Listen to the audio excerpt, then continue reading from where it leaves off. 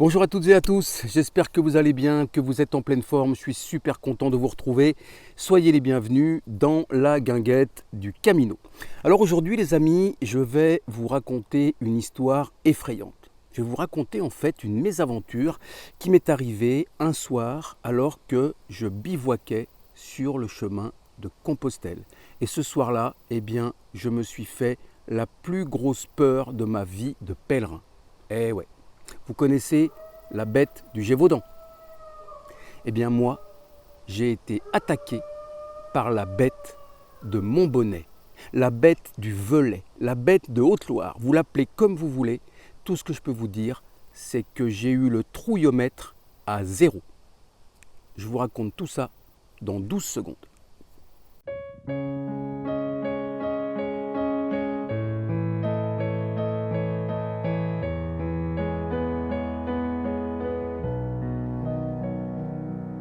Alors, avant de rentrer dans le vif du sujet, je vais vous dire quelques mots sur la fameuse bête du Gévaudan. Et pour cela, on va faire un retour dans le passé, histoire de planter un peu le décor. Nous sommes le 30 juin 1764 à Saint-Étienne de Lugdarès. C'est un petit village, une jolie petite bourgade de quelques âmes située aux confins de l'Ardèche et de la Lozère. Et dans ce petit village, il y a une jeune fille qui a 14 ans, qui s'appelle Jeanne Boulet. Elle est vachère et ce jour-là, elle doit emmener son troupeau sur un pâturage isolé, éloigné du village, juste en bordure de la forêt. Elle part tôt le matin, elle se dirige avec ses bêtes jusqu'à cet endroit un peu perdu. Elle y passe la journée et tout se déroule bien pour elle. Mais en fin d'après-midi, elle n'est toujours pas rentrée chez elle dans la ferme familiale. Et comme ce n'est pas dans ses habitudes, ses parents sont un peu surpris. 1 heure passe, puis 2, toujours pas de nouvelles de la petite Jeanne. Alors là, ses parents commencent vraiment à s'inquiéter et ils décident de partir à sa recherche. Ils sont aidés, soutenus par des voisins et par d'autres habitants du village, et toute la petite troupe part donc pour essayer de retrouver Jeanne. Le jour est bien avancé, la nuit arrive, mais dans la pénombre, on finit par retrouver dans les broussailles le corps sans vie de la pauvre petite Jeanne. Un corps affreusement mutilé, un corps déchiqueté, et Jeanne devient ce jour-là la première victime officielle de la bête du Gévaudan. Et des victimes, il y en a eu beaucoup d'autres parce que la bête a beaucoup tué. Alors, les chiffres varient d'un historien à l'autre, d'une enquête à l'autre, mais on peut dire que la bête a tué au moins une centaine de personnes. La bête a fait au moins une centaine de victimes. Et bien sûr, je vous passe les détails parce que cette bête était particulièrement cruelle, particulièrement féroce, et à chacune de ces attaques, on retrouvait le corps de ses victimes dans de bien tristes états. Donc déjà, on va être clair, en 1764, moi, franchement, je n'aurais pas voulu être pèlerin. Parce que déjà, on risquait de se faire attaquer par des brigands qui vous attendaient au coin du bois avec un gourdin pour vous taper sur la courge et vous piquer vos sous. Mais en plus de ça, il y avait la bête qui rôdait.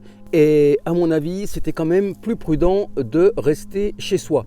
Et puis de toute façon, à l'époque, il n'y avait pas Décathlon, il n'y avait pas le vieux campeur, il n'y avait pas le guide miam miam dodo, il n'y avait pas de sparadrap pour soigner ces petites ampoules. Donc bon, ça ne devait pas être une sinécure quand même d'être pèlerin. Mais bon, revenons à nos moutons, enfin je veux dire à nos vaches, parce que maintenant, je vais vous raconter la nuit d'angoisse que j'ai passée sur le chemin. Déjà, cette mésaventure, elle m'est arrivée le premier jour de mon chemin de Compostelle en 2020. Je partais pour 1 mois et dès la première étape, j'ai vécu cette soirée de cauchemar.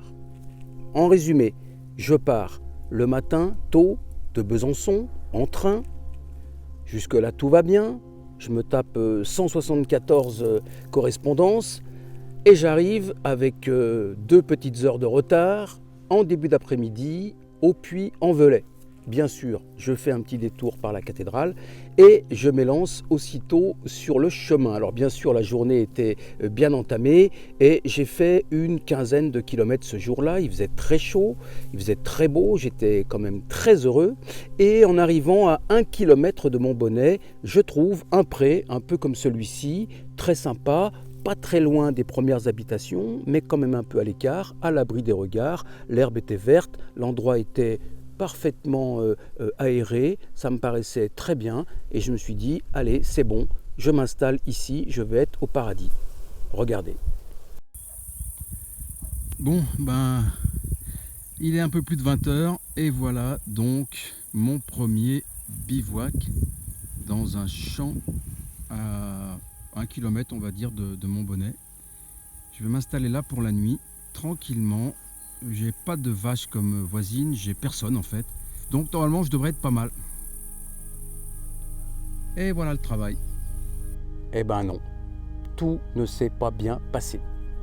Mais bon, c'est vrai qu'au moment où je fais cette vidéo, je ne pouvais pas me douter que ça allait partir en galère. Donc je me suis installé tranquillement, j'ai monté ma tente et vas-y que je te plante les sardines et que tout se passe bien. J'étais, mais alors aux petits oignons pour un premier bivouac, pour une première soirée de pèlerin et j'étais vraiment super heureux. Donc mon premier bivouac, je vous l'ai montré, et mon premier feu tranquille. J'ai mis le sac parce qu'il y avait du vent. Et ce soir, je mange du riz. Il est là le riz. Eh oui, j'avais du riz au menu, mais il faut quand même que je vous précise que j'avais aussi un saucisson savoyard et une terrine, je me souviens très bien, au piment d'Espelette. Or, le sauciflard savoyard et la terrine au piment d'Espelette, ça a un point commun, ça se sent de loin et ça n'attire pas toujours des convives très agréables. Et ça, je l'ai compris un peu trop tard. Donc, je passe ma petite soirée tranquille, mais déjà, il y a un premier coup de théâtre météorologique qui survient, puisque je vois au loin des nuages noirs qui commencent à s'accumuler. Je vois aussi des éclairs qui zèbrent l'horizon. Et là, il y a un orage, mais un orage, un truc auvergnat qui passe au loin. Et moi, heureusement, je ne suis pas dans le cœur de la tempête, je prends quelques gouttes de pluie. Mais je juge plus raisonnable et plus stratégique de me replier sous ma tente pour finir mon fameux riz cantonais. Je mange tranquillement, je range toutes mes affaires, y compris le sauciflard et la terrine au piment d'Espelette, et je mets tout ça sous la tente et puis je m'endors. Tranquillement, heureux, pèlerin au cœur léger. Le début de la nuit se passe très bien, mais vers 1 h du matin, j'ai droit au réveil le pire truc qui peut arriver à un pèlerin en bivouac tout seul au milieu des bois. J'entends un bruit, pas normal du tout. Bien sûr, ça me réveille en sursaut. Là, je commence à flipper un peu. Le temps que je réalise que je ne suis pas chez moi, que je suis sous la tente, que je suis pèlerin, que je suis à Montbonnet, qu'il pleut, qu'il fait froid, que je suis tout seul, je sors un petit peu de ma torpeur et j'entends de nouveau un bruit, un grattement. Alors, précision importante, c'est pas un petit lapin ou un rat mulot qui est en train d'aller faire pipi. Je sens, je suis allongé dans la tente, je sens que la terre, le sol, il vibre, qu'il y a vraiment une masse assez lourde. Je me dis, mais c'est quoi? C'est une vache? Qu'est-ce qui se passe? Et là, j'allume mon téléphone portable et là, la vision d'horreur, je vois ma tente comme ça, qui s'incurve. Je vois vraiment comme s'il y avait une tête qui essaie de rentrer dans ma tente. Il y a une forme qui essaye de rentrer, un intrus qui veut s'introduire dans ma tente. Alors là, je peux vous dire une chose. Le trouillomètre, il est à 8000. J'ai la peur de ma vie. Je suis comme ça. Mais sur l'échelle de Richter de la peur, je suis à 14. Alors qu'il y a peut-être que 8 échelons. Mais je suis terrorisé. Je me demande ce qu'il faut faire. Je me rends compte bien sûr que j'ai même pas un bâton, même pas un spray anti-moustique, rien. Et il y a quelque chose ou quelqu'un qui essaye de rentrer dans ma tente. Là, je peux vous dire un truc, l'horreur absolue, la vision de cauchemar. Le Bernie, il est plus du tout aux petits oignons. Le Bernie, il a les jetons. Donc, là, je ne sais plus quoi faire. Je vois déjà le titre dans la presse locale, un pèlerin attaqué par un sanglier en pleine nuit. Je suis comme ça. Et là, tout seul, au fin fond de la Haute-Loire, c'est le plus gros moment de solitude de ma vie. Je regrette d'être né, je regrette d'être venu, je regrette d'être pèlerin. Je ne sais plus où j'en suis, je ne sais plus quoi faire. J'ai vraiment très très peur. Et là maintenant, je vais vous montrer une vidéo que j'ai tournée cette nuit-là dans ma tente. Mais, précision importante, cette vidéo, je l'ai tournée 1 heure après mon réveil. Donc, le stress avait commencé à retomber. J'étais un peu plus rassuré. Parce que sur le coup, en direct, mais j'étais incapable de parler, j'étais incapable d'enregistrer quoi que ce soit. J'avais trop les jetons. Regardez, vous allez comprendre. Bon, là, franchement, je me fais un petit stress. Il est 2 heures du matin. J'ai eu une bête qui a gratté, qui a reniflé, qui était par là, à côté de la tente, il y a 1 heure. Donc, j'ai tapé dans la tente, j'ai mis la lumière, j'ai fait comme ça. Et en fait, elle n'est pas partie, cette bête. Je sentais qu'elle était là, qu'elle continuait à gratter et tout. Elle était pas loin. J'ai entendu comme des bruits d'une bête qui étouffe un peu. Comme ça, truc bizarre.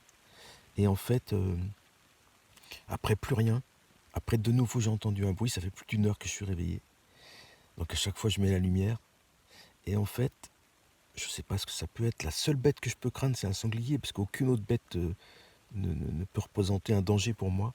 Mais j'avoue que j'ai flippé un peu. Et là, je sais pas, vous entendez peut-être, il pleut, il y a du vent. Donc j'entends plus en fait les bruits, ça fait du bruit sur la tente.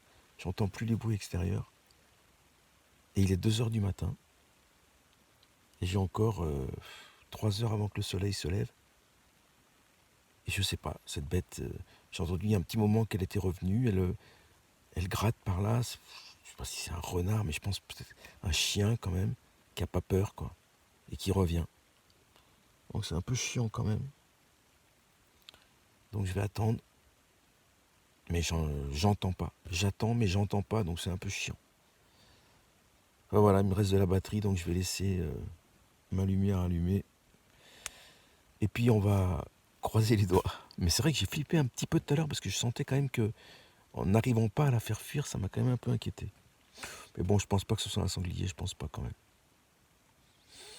Voilà. Eh ben ouais, finalement, je m'en suis quand même très bien sorti. Parce que j'ai plus entendu la bête. Donc au bout d'un moment, j'ai quand même réussi à me rendormir. Mais je peux vous dire qu'à 6 heures du matin, quand je me suis réveillé, il pleuvait, il faisait froid, mais j'étais super content. D'abord parce que j'étais tout seul dans ma tente. Il n'y a pas un sanglier qui s'était installé à côté de moi. Et puis surtout, j'avais toujours mon sauciflard, j'avais toujours ma terrine au piment d'Espelette. Et j'étais quand même super content. Bon, ben voilà, la nuit a été mouvementée. Je me suis fait quand même la peur de ma vie. Je sais toujours pas ce qui s'est passé. Mais là, je suis super content d'être en forme ce matin. Même si là, vous le voyez, la météo est bien pourrie. Hier, il faisait très chaud. Et aujourd'hui, ben, ça ressemble plutôt à la Toussaint en Écosse. Il pleut, il fait froid. Ma tente est trempée aussi, bien sûr.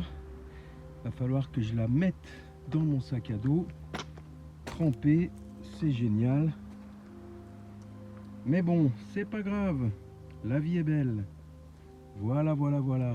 Bref, j'ai plié mes affaires, trempées, je les ai mises dans mon sac à dos et je suis reparti. Et quand j'ai quitté le bivouac, eh ben regardez ce que j'ai trouvé. Voilà, donc je quitte mon campement et je tombe sur ça, des plumes d'un oiseau assez gros, semble-t-il. Et je pense que c'est lui que j'ai entendu agoniser cette nuit. En tout cas, ces plumes, elles n'étaient pas là hier soir. Mais c'est pas grave, je repars, le cœur léger. Et en fait, quand je suis reparti, je me suis quand même posé des questions parce que c'est quoi qui a mangé ce pauvre oiseau, un renard, un chien, bon. Et puis en arrivant à Montbonnet, je suis allé boire un café dans le petit bistrot et en discutant avec un type super sympa, je lui ai raconté mon histoire bien sûr. Et le type il m'a dit un truc qui m'a interpellé. Il m'a dit non, c'est pas un renard, c'est pas un chien, ça ressemble plutôt à une attaque de blaireau. Ah, j'ai dit non, blaireau, j'avais pas du tout pensé à ça. Et il m'a dit, en fait, le blaireau, normalement, il a peur de l'homme, normalement, il s'en va, il fuit l'être humain, mais là, s'il a senti la bouffe, le sauciflard savoyard, il a voulu gratter pour me piquer mon saucisson. Et c'est fort probable, donc, selon ce monsieur, qui avait l'air de bien s'y connaître, que ce soit un blaireau qui ait essayé de m'attaquer. Je ne saurais jamais, je ne sais pas si vous êtes des spécialistes de la faune sauvage et que vous avez des idées sur cette possibilité. Est-ce que c'est probable, est-ce que c'est crédible qu'un blaireau ait voulu rentrer dans ma tente? Je ne sais pas. Ce qui est sûr, c'est que quand la tente s'est incurvée, c'est une grosse tête qui essayait de rentrer. Donc pourquoi pas un blaireau? Je ne sais pas. Mais bon, l'essentiel, c'est que tout s'est bien terminé.